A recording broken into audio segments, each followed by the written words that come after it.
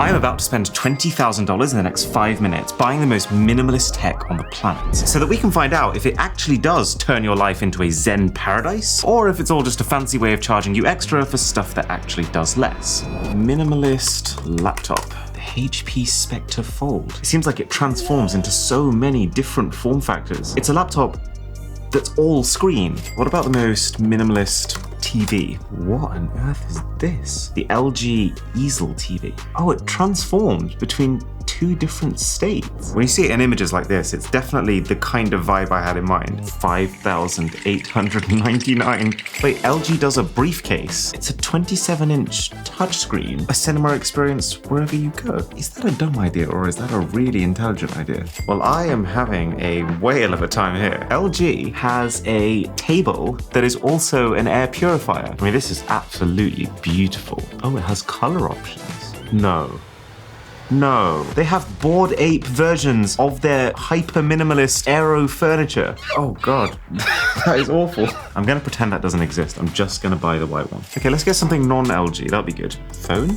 Oh God, that looks awful. It looks like a remote for your thermostat. The Light Phone 2. Oh, their website is kind of naughty. Definitely sells you on that vision of being completely unplugged. It will never have social media, clickbait news, email, an internet browser, or any other anxiety-inducing infinite feed. It's strange, isn't it? We're living in an age where products are actively boasting about all the things they don't do. I mean, is there such thing as a minimalistic gaming console? Oh, the Playdate! It's a tiny new handheld gaming system with a bunch of brand new games. Oh, so every game is custom made for the Playdate. Are they just gonna be like really basic? You kind of assume that when it's got a black and white screen. I'm not sold on this, but I also think there was enough hype around the launch of it that it feels wrong to just write it off. We should try it. Let's do minimalist speakers. Audio is always my favorite part of these videos.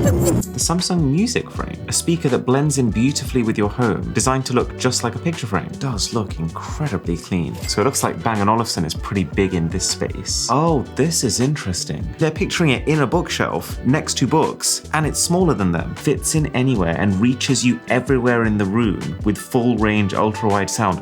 That's a claim that we have to test. Let's see what the cleanest record player is. The Wheel 2 plays records from the back, so all the technology is sitting underneath the record, and that's all you see. That is minimalistic. It looks like they've compacted so much technology that should take up so much space into a tiny little piece, but it still does the same thing, if not more. That's true minimalism. At least that's what I told Risha.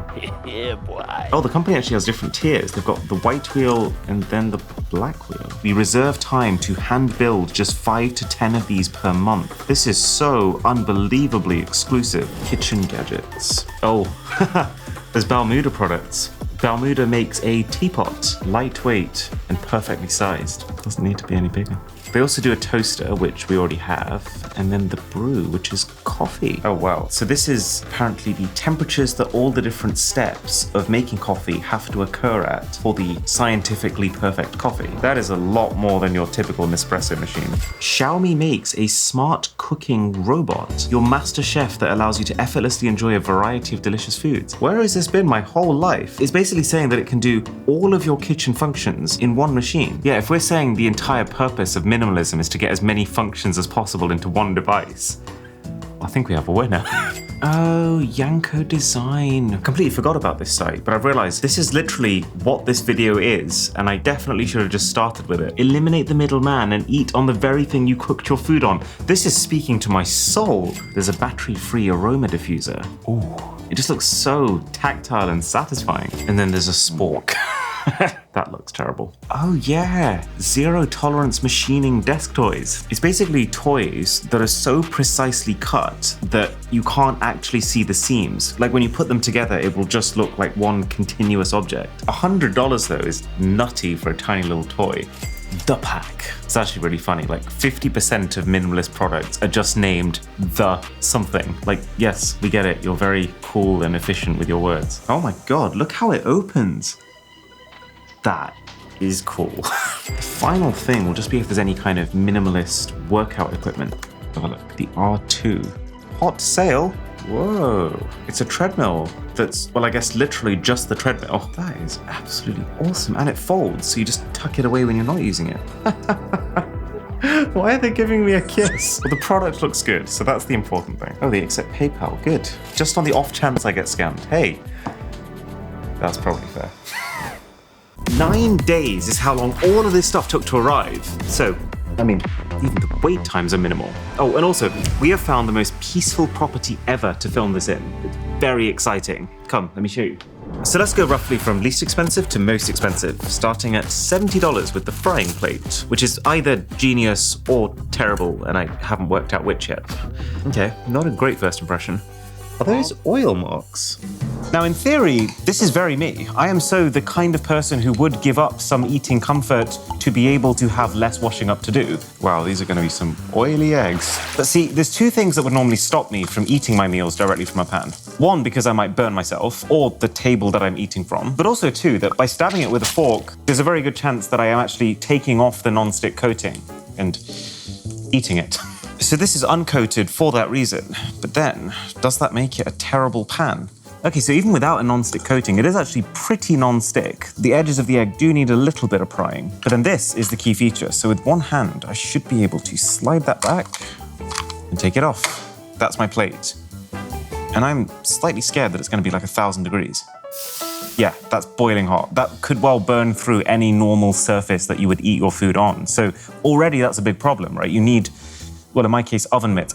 Don't like the sounds it makes. But it's the eating practicality that I have the problem with. Because permanently having to approach your plate from this angle just so you don't sear through your entire arm, it does slightly cut into the enjoyment of your food. Plus also, this basically only works if you're one person cooking for one person. So 3 out of 10, rough start.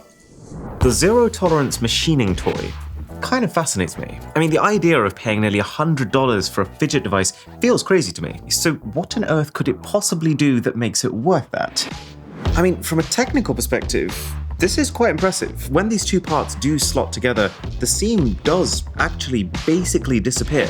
And to create something with zero gaps like this, you can't just use a traditional toy factory. Like, this piece wasn't cut with a blade because the blade itself would create its own gap. What you effectively have to do is to vaporize the space in between these two pieces using the heat generated from rapid electrical discharges. Okay, but then as something that you're actually having to spend your hard-earned money on, I'm not gonna lie, I find this whole category of executive desk toys just a little bit cringe. Like the idea of these high-flying business people who earn so much money that they can't just play with normal toys, and they in fact have to spend $100 on something with the same entertainment value as an empty bag of crisps. And this is actually the other part of the problem. Because this thing is so precisely machined, once this piece comes out, it is stupidly hard to get it back into place. It genuinely only goes in if you precisely match the direction of the grain on both parts. And then does that mean I stop earning money because I'm spending all my time trying to put my fidget toy back together? I think it actually has to be a 0 out of 10. Technically, by their own admission. I'm much more hopeful about the Playdate. I fully remember when this thing launched and people all over Twitter went pretty bonkers over it. It's this very strange blend of retro gaming console, but instead of being made with cheap, creaky plastic like most consoles are, premium hardware. Oh yeah, and a crank. Wait, this thing's tiny. This is definitely among the smallest mobile devices I've ever used. Whoever's posing in the photos on the website has extremely small hands. Oh, so the crank actually tucks into the body of the device. That's pretty cool engineering. You know, when I first saw this thing, I thought this was how you charge up the device. I'm actually very glad that's not the case. That would be a nightmare. This is actually one of your controls to be able to play games with. I will say it is a very pretty piece of tech, surprisingly so. The buttons feel really satisfying. The screen is only black and white. It gets noticeably more readable as I tilt it up towards the light. But anyway, the most important question on my mind is it fun? Okay, so the UI is definitely much more responsive than you expect it to be based on how the thing looks. It does feel like it's running at a full 60 frames per second. Yeah, it's got really smooth animations, but really retro graphics. So it's got this weird past meets future vibe to it. I don't know how I feel about this crank, to be honest. Like, I totally respect the need to be different, but it's just making my hands ache. And I can't imagine this being the way that I want to play games on like a long airplane flight, for example. And let's try casual birder. Oh, this is really weird. It turns your device into a camera, and then you use the crank to focus that camera. So I'm unfocused, and then I'm focused. One thing this unique control scheme means is that you're definitely not playing games you've ever played before. This isn't like a retro emulation device, but I I don't think it's for me. So there's only 2 games on here right now, but the way this works, which is actually quite cool to be fair, is they stagger them. So they give you 2 games every week for the first 12 weeks of owning it, and that's all included with the price. I guess they stagger it to let you appreciate each game before giving you the next one. But it's just, playing on something like this really makes me realize that me personally, I actually don't want minimalism in my games. I want more buttons, I want more power, or failing that, just multiplayer. And I think for more people, something like the Miu Mini Plus has much more appeal. So this is something I only found out about a couple of weeks ago. And when you boot it up, it is basically every single retro console. And then you click into one, let's say the PS1, and there are so many games, it is just nutty. One of my favorites growing up was Crash Team Racing. The shoulder buttons on the back, it is genuinely the entire PlayStation 1 experience. And I'm not even super sold on this. I'd still rather play something like the Nintendo Switch with its modern games, but I see it. I see the merit of something like this, whereas I really struggle to see the merit of this.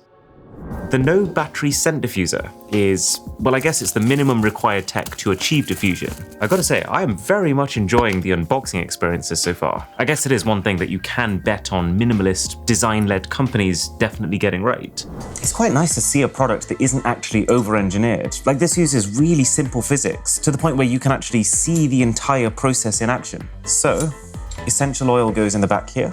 Obviously I picked eucalyptus, it's the only right choice. Oil goes behind the fan, you light the candle, and then essentially this glass tube is going to direct as much of the heat energy from that candle onto this steel surface at the top. And then hopefully that heat energy is going to be transferred over towards the fan, which can use it to then start turning and diffuse those oils around your room. I saw twinges of movement. Oh, look at it.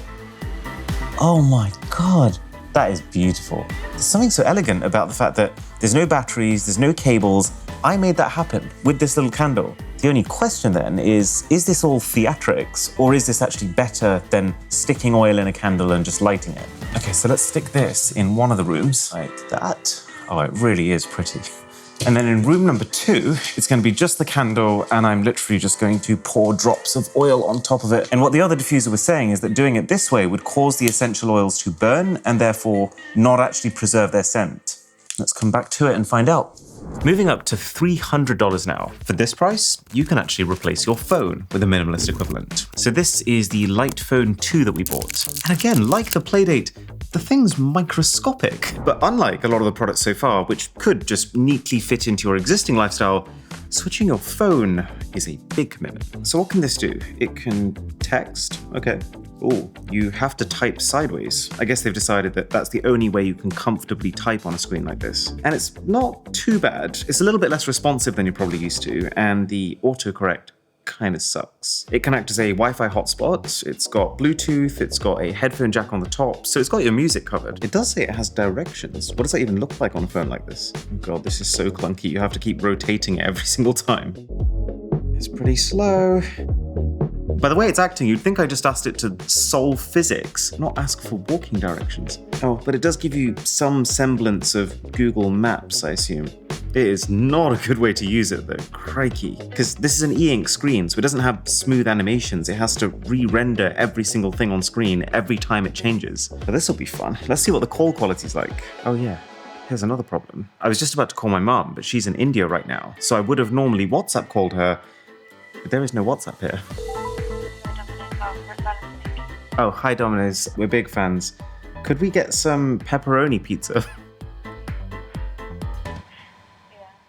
Okay, it's functional for calls. It does have a speakerphone. It's not particularly loud. Now we got some pizzas on the way. I'm slightly torn with devices like this because I see the appeal. You know, a phone that weighs nothing, it could disappear within your pockets. Plus, it does seem to be getting quite a few software updates from what I can see. It's just that for most people, I don't think it does quite enough to replace your smartphone. Like, you can't browse the internet, and the music, yes, it has a headphone jack, but you can only use it if you're willing to manually upload your songs one by one to the Light Phone dashboard. There's no Spotify, there's no apps. apart from the super basic calculator, alarm, and maps that doesn't really work very well as a map. I just feel like if you actually wanted to properly switch off, how is this any better than just a Nokia brick phone? It's not like you're getting cutting-edge hardware that still makes it feel like a modern smartphone. I mean, the last time they made a new model of this was 2018. And then if you don't want to completely switch away from your phone, but you just want to dial down the amount you use it, there are so many minimalist apps now that can actually just restrict what you can and can't do. But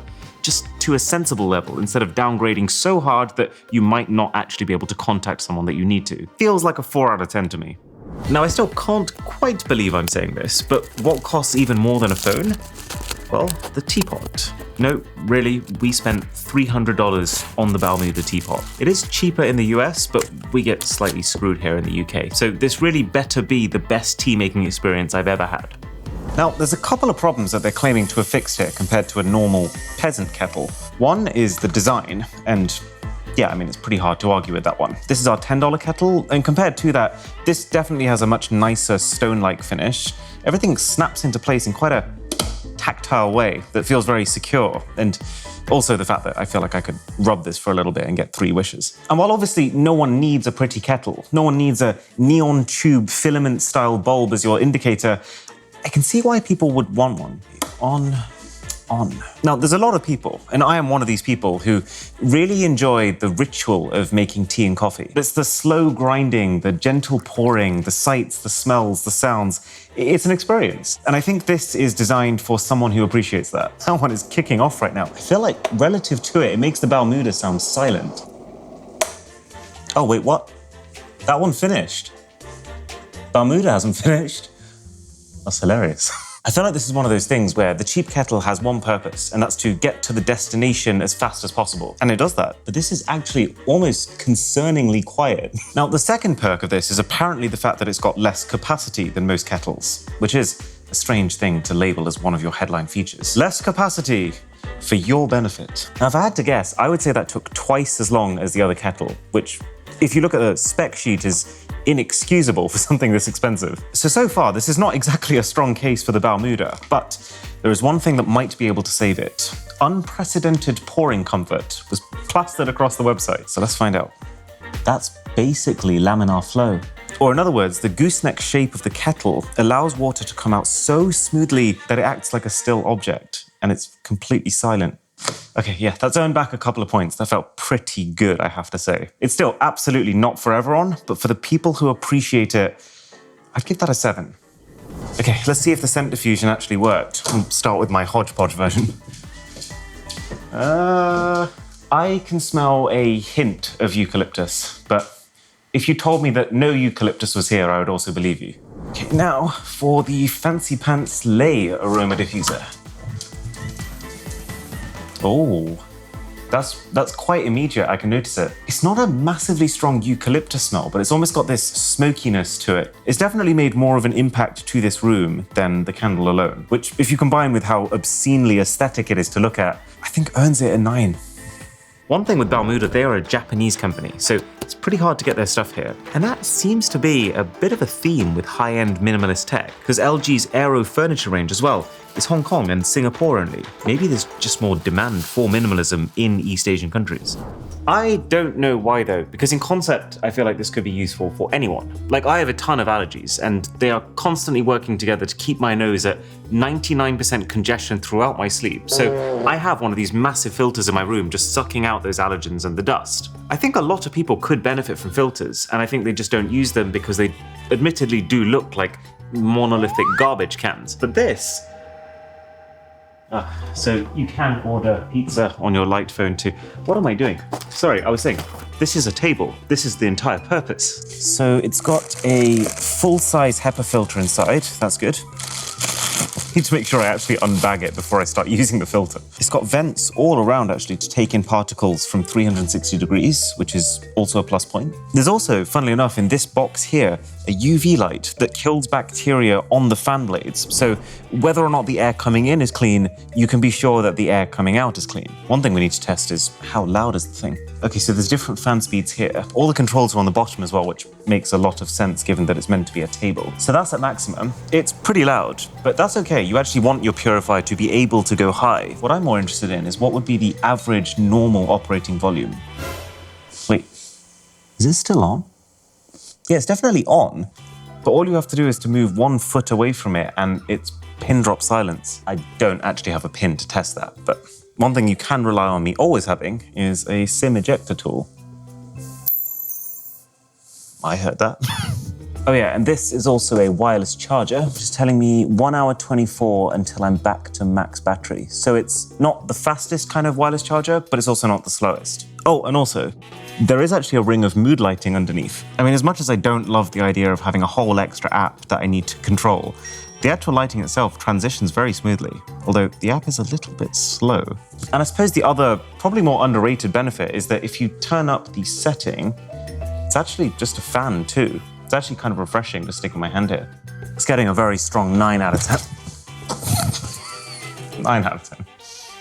That could have been worse. At $400 then, or the equivalent of $625 if you're in the UK, you seeing a theme here, is Samsung's brand new frame speakers. Now, I'm not personally someone who minds the way that speakers normally look, but I can also see the appeal of what's effectively promising invisible sound. So we can actually put the easel TV where I'm sitting when we get to that. But for now, let's focus on this. So first impressions, extremely heavy, bigger than I was expecting, and also thicker than I was expecting. It's also a little disappointing that this is literally just paper. You know, when I first saw it on the website, I thought, oh, maybe it's a screen that will allow you to put anything on it, or at the very least, like a backlight so that it brightens up your image. It means that really, there is no tech here apart from the speaker, which just means it's a very expensive speaker and it needs to prove itself. But one of the more appealing parts of this is I should be able to play music and then just tap somewhere.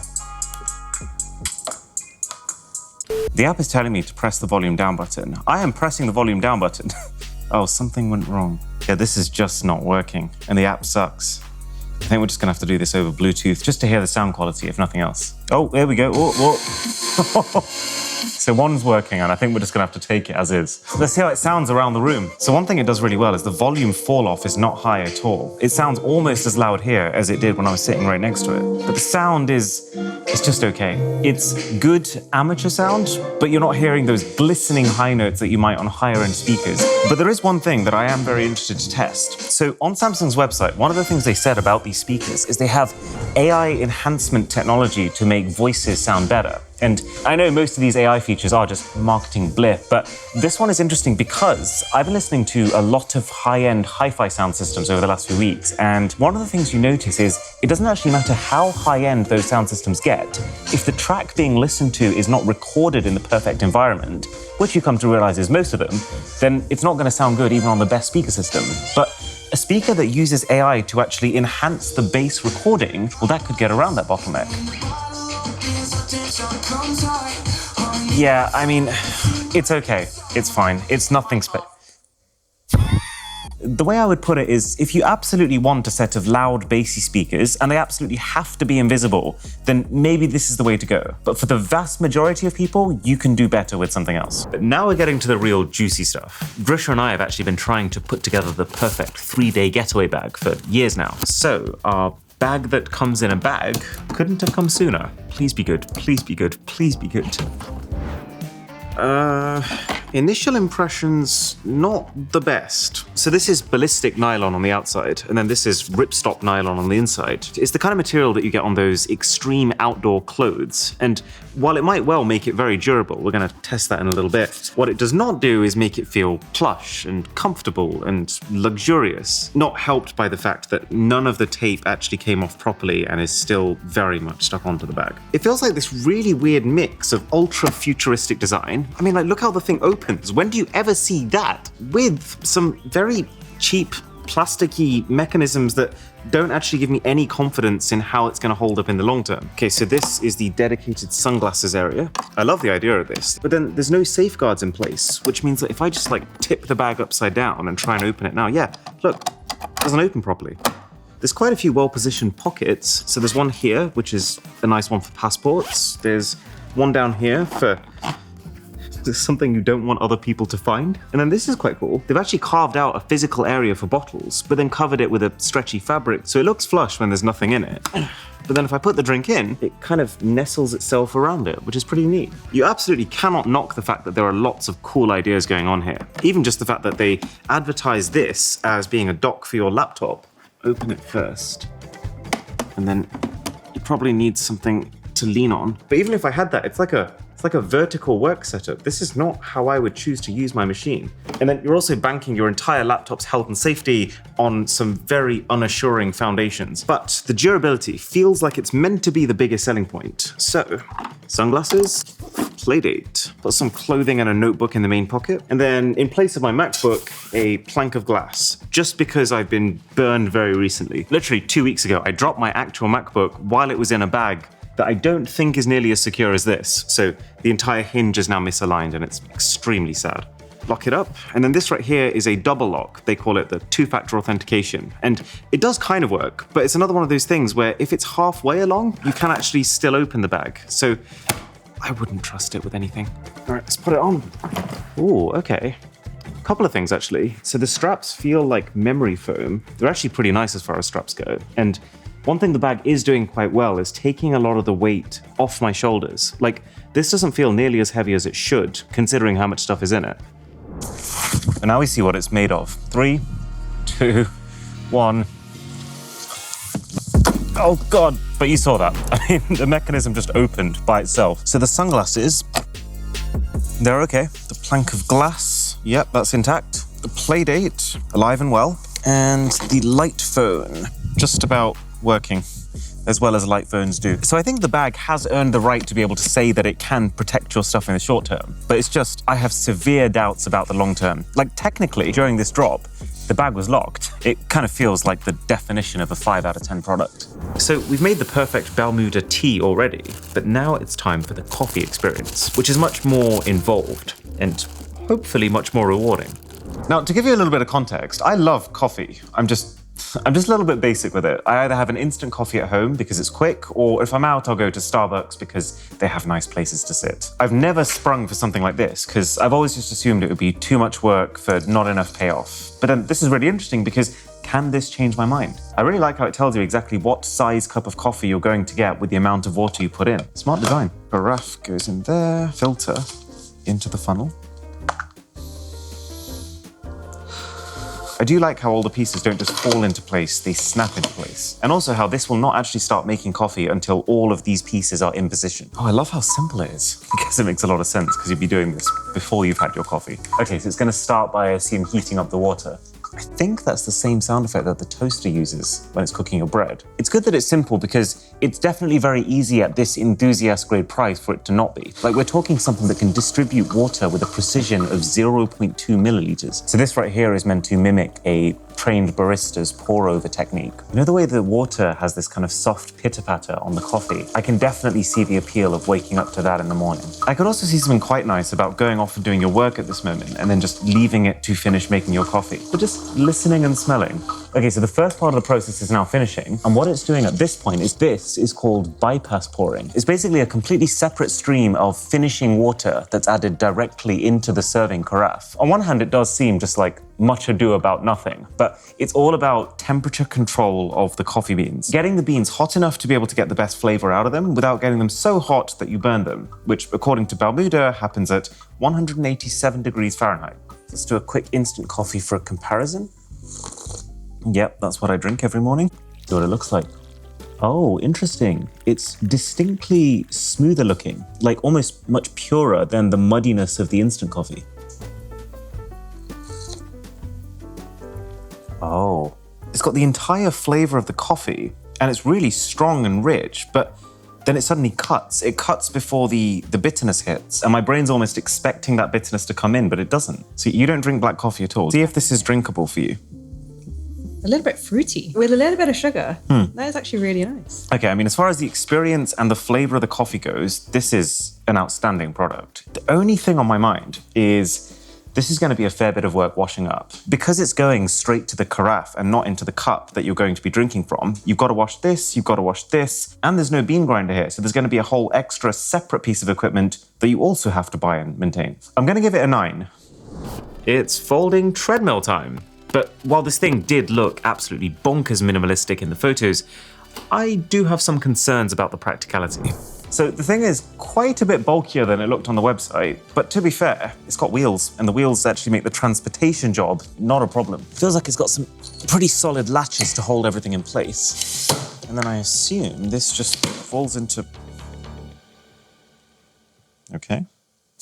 Oh yeah, so one thing they were very careful to minimize was the size of this thick boy cable that you have to plug in at all times. It definitely does make it a little bit less clean. But then again, to be fair, considering that we currently have a treadmill sitting in our living room right now, it could be a lot worse. So this thing goes up to 6 kilometers per hour in walking mode, and then up to 12 kilometers per hour in a separate running mode, which actually makes quite a lot of sense because you wouldn't want to be on walking mode without your handlebars and suddenly accidentally reach 12 kilometers per hour. And what I'm on right now is apparently automatic walking mode. So it's actually working out how fast I'm walking and making sure the treadmill is exactly ready for my steps. So let me try the fastest steps I can. And it's creeping up in speed. Okay, yeah, it's at 6 kilometers. I've maxed it out. So what if I now try and slow down? This is the scary part. Oh my God, no. I don't think it's adapting quite fast enough. It's splitting the treadmill into 3 zones, the front, the middle, and the back. If it detects that your feet are often hitting the front, it knows that you want to go faster. And if it detects you're spending a lot of time on the back, it knows you need to slow down. So it'll probably take a little bit of getting used to know exactly where each zone starts and ends. Ow. But there's a definite safety problem here. Unless, of course, you use the handlebars, but then does that slightly defeat the minimalism? And now feels like a pretty good time for the TV. What have we done? Oh yeah, the box was about 2 times the already massive size I was expecting it to be. I'm pretty sure this is the biggest thing I've ever unboxed. And yes, I spent 10 minutes getting through the entire packaging, only to realize that I'd unboxed it all upside down. So, yay me. Although one cool thing is because this comes with the cover off, you get to see the insides of a TV speaker system. So, that's pretty neat. Okay, I think that's on. But more importantly, what on earth does a $7,500 ultra minimalist TV even do? Okay, that's cool. I feel like I'm walking down into the basement hotel spa. Well, part of it is the style. This is designed to look and prop up against your wall, kind of like an easel. But I'm just trying to decide right now if that actually makes any sense. I will give it this, the TV actually does look a lot prettier than I was expecting it to. And the screen quality, the color saturation, it's all beautiful. It's just, why do I want a TV that persistently looks like it's one light breeze away from serious collateral damage? I mean, technically it won't be, because LG actually recommends that even when it's in this slanted position, it's actually drilled into the wall. But then at that point, why does it need to be an easel? From everything we've seen so far, there is no functional benefit to having this as opposed to just wall mounting your TV. But there is one thing that could change that. So when you turn the TV off, it's going to enter what they call line view mode. So this is taking advantage of the fact that you technically have a scalable amount of screen on show. This is your TV's always-on display, effectively. But what I'm curious about is how much you can customize it. Oh, that's funky. And then you can also display those in front of some interesting-looking architectural wallpapers. Is this just a grand waste of electricity? Then it also gives you the option for music. Oh, that's quite a neat way to actually display music in your house. There's cool ideas here, there's no doubt about that. But I just can't shake the feeling that this is basically a slightly worse version of rollable TVs that completely disappear when you're done with them. I see it as a product that's trying to be a clear part of the smart home. You know, this kind of piece of furniture that's a little bit alive. It's a pretty tough product to rate because it is a spectacle, and if you like it, you can't get that anywhere else. But as far as the core value for money proposition, it's basically like a $2,000 TV with a funky transforming mechanism that makes it $7,500. So on that scale, it's a 6 out of 10. Now, as for the treadmill, I'm quite impressed with how quiet it is. Like, this is me running at 8 kilometers per hour, and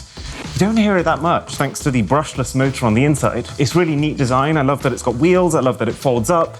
But this sucks. And there's a couple of areas here, like the massive diagonal seam going across the track, where you're reminded that this is not the highest quality product. And like, given that this is the structure that my safety tag is attached to, you can see there might be a problem there.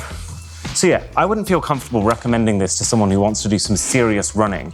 But if you just want something minimal that can be, well, minimized and tucked away under your desk when you're done with it, there is a decent amount of merit to it. So I'd give it a 7 out of 10. And, well, speaking of things that have been minimized, the gap in subscribers between us and Apple right now is less than 400,000. And when we overtake them, we are going to build the most maximal iPhone ever created. So Thank you for helping us. We are definitely in the super premium price tier at this point. Definitely where Bang & Olufsen belongs. I've not really used any of their stuff over the years, primarily because it just always seems to me extraordinarily expensive for what it is. Like this speaker is literally the dimensions of a book, but I paid the equivalent of $1,000 for it. Now we find out if it's worth it. I have to say though, it really does feel like it is challenging you to believe that it can't fill the room with high quality sound, while promising that it can, thanks to active room compensation technology. These are configurable buttons, so you can pick a song or a playlist that you want to activate when you tap any of them. Nothing about the shape or the size of this gives me confidence that it's going to be able to pull this off. Okay, it has a thump to it, that's for sure. There's already something going on there that defies its size. Let's get up and walk around. There's a definite harshness to it. There's a definite limitation that you feel compared to a bigger speaker that has a bigger dedicated subwoofer that smacks you with deep bass. It's good sound, but you're paying to have that sound in the small package. If you just want pure audio quality, you can do better than that for $1,000. Now, I am not the best at cooking. I'm pretty happy to admit that, but that actually makes me the perfect person to test the Xiaomi cooking robot, because, well, can this save me? Can we also talk about how unbelievably massive this is, and why on earth it needs to come in about 12 separate individually wrapped parts?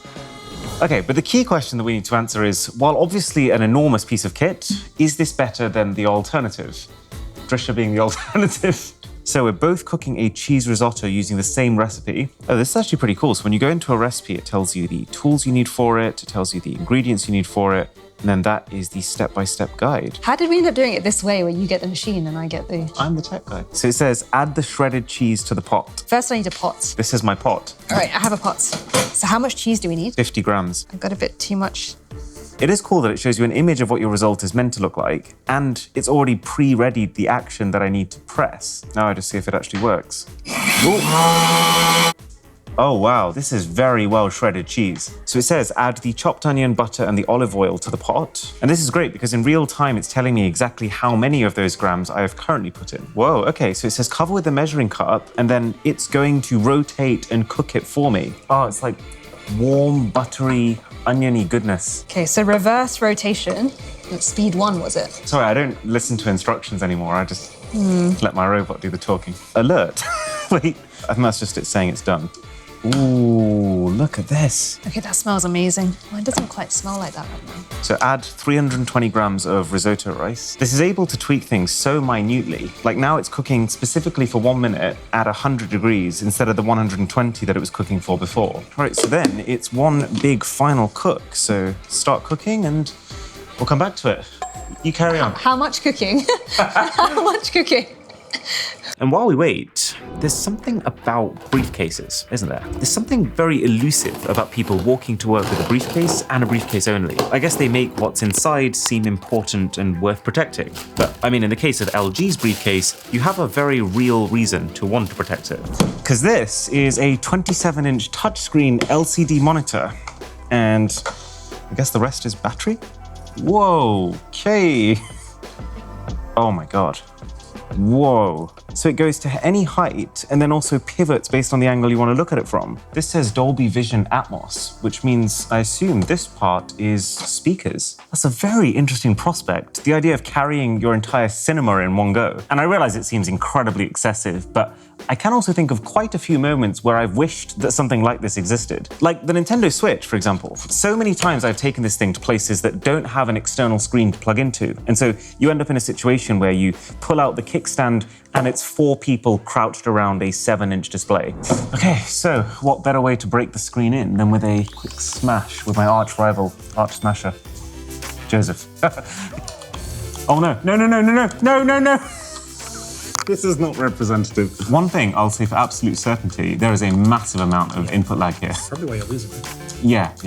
This is definitely not designed for gaming. The screen looks quite impressive from a distance, but up close, you can absolutely tell that it's a 1080p panel. I'd say it's a pretty respectable audio experience. While it is cool that you're getting this all-in-one experience, you're paying $1,200 for it, and this is not a $1,200 monitor.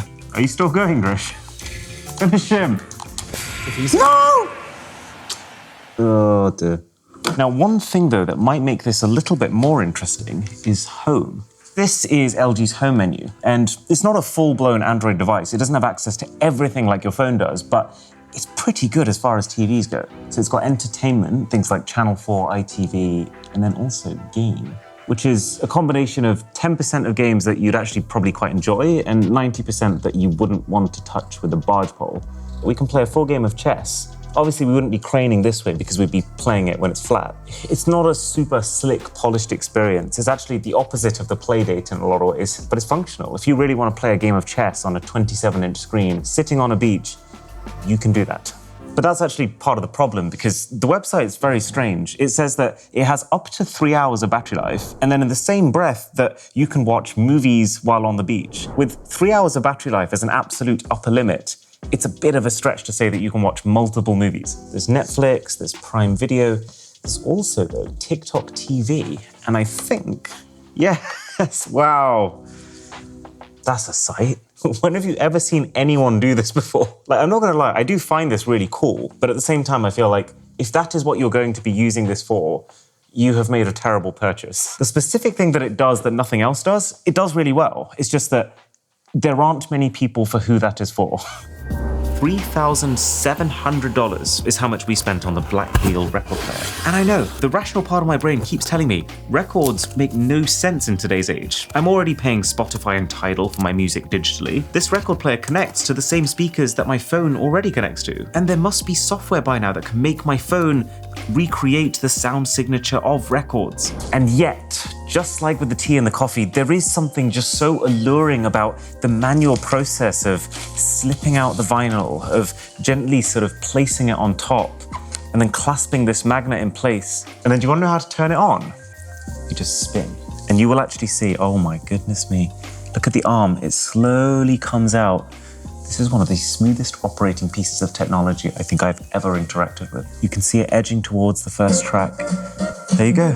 Oh, so this right here is the volume dial. That feels so satisfying. And I love the way it displays itself using these tiny little LEDs. Wait, but also, this record player very clearly understands the tracks within the vinyl I've just placed on it, and it's allowing me to navigate to the exact points in those tracks that I want. It's putting my vinyl player at home to shame. And the way they've done this interface is so subtle but clever, because there's no screen here. So all of your information is coming from tiny little LEDs that are lit up to different levels of brightness. And you can actually see how the arm is moving across the vinyl as I navigate. And that's a really good thing because you have to control it using this device. There's no remotes. And I feel like this is kind of a bit of a theme with these minimal products. I came into this video expecting them all to basically be the things that you're used to, but easier. But it's kind of the opposite. They're often actually more manual and less seamless. But the perk that I'm noticing is that that manualness encourages you to be mindful when using them, to really be aware of how the things work and to interact with them in a way that allows you to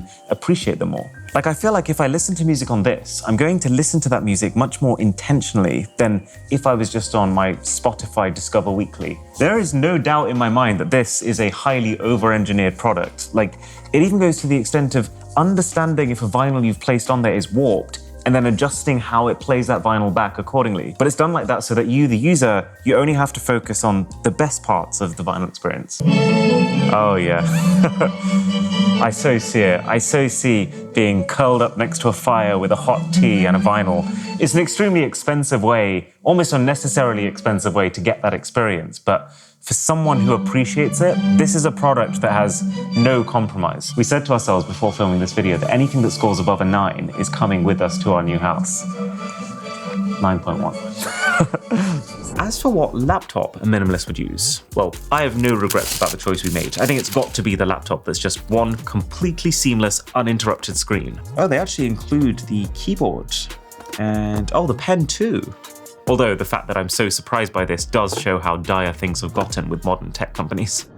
Okay, I mean, this 17-inch IMAX OLED folding display, there's no beating around the bush. This is an impressive sight to behold. So what does that mean this can do? Well, I believe Yep, that's a kickstand. So let's say you get back home and you're parked up on your desk. This effectively becomes a 17-inch all-in-one PC. And I realize 17 inches isn't massive in the scheme of monitors, but it feels enormous when I'm sitting right here. And then the keyboard and the trackpad, they automatically pair and they work completely wirelessly. And for day-to-day tasks like zipping through documents and stuff, it's pretty nippy. It's not like uber satisfying to type on, because, you know, this is pretty low-profile stuff we're talking about, but highly functional. But then also, let's say I want to use this like most people use their normal laptops. This should just, yeah, it snaps in place on the bottom, and can you see the screen actually adapts around where the keyboard fits in. Wait, what? That shouldn't have happened.